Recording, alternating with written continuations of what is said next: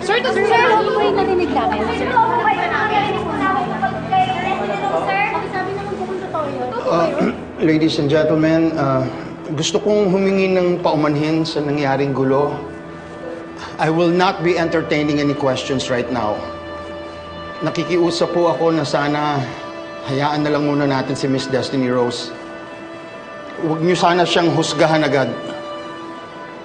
Salamat po. Excuse me. Excuse me, Kuya. So what is your stand on this?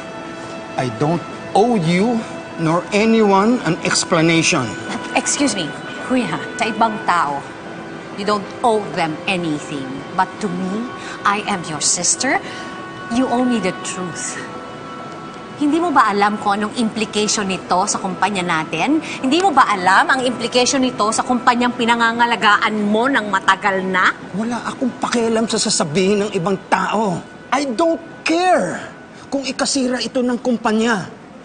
Ang importante sa akin ngayon si Destiny. And please, Bathilda, pagkasabi dyan sa assistant mo na si Jasmine, ayoko nang makitang pagmumukha niya sa publishing house. She's fired! Hindi ko pinangarap mag-alaga ng ahas sa kumpanya ko. Anong ahas? Ang alaga mo ang ahas. May nakita naman lahat, ha? Nandyan lahat.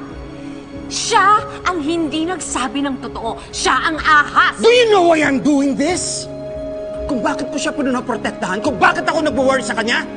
Dahil para sa akin, anak ko siya. Pamilya ko siya. I am your family. Oh, come on, Bathilda. Really now? Pamilya nga ba? You know what? Matagal ko nang tinatanong sa sarili ko. What if? Kung nagpakatotoo ako, kagaya noon ni Destiny, ano magiging reaction mo?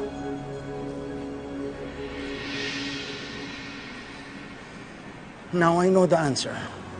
Hindi mo lang ako ikahihiya o pandidirihan. Isusuka mo pa ako. Just like what you're doing to Destiny now!